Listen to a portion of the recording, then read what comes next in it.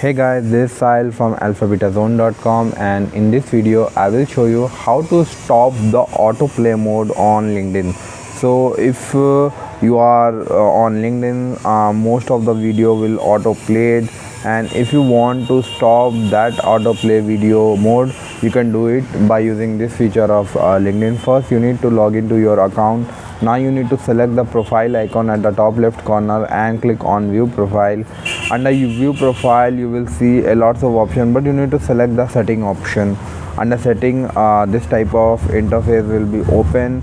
Now you need to select the autoplay video mode. Here you will find that if you need a autoplay mode only Wi-Fi connection, you can choose it, but if you don't need a autoplay mode, you can select never autoplay video. So once you select this, none of the video will be autoplayed, and if you want to play any video, you need to click on play button. So this is the way to stop autoplay mode on LinkedIn. I hope this guide was helpful. Please subscribe to our channel.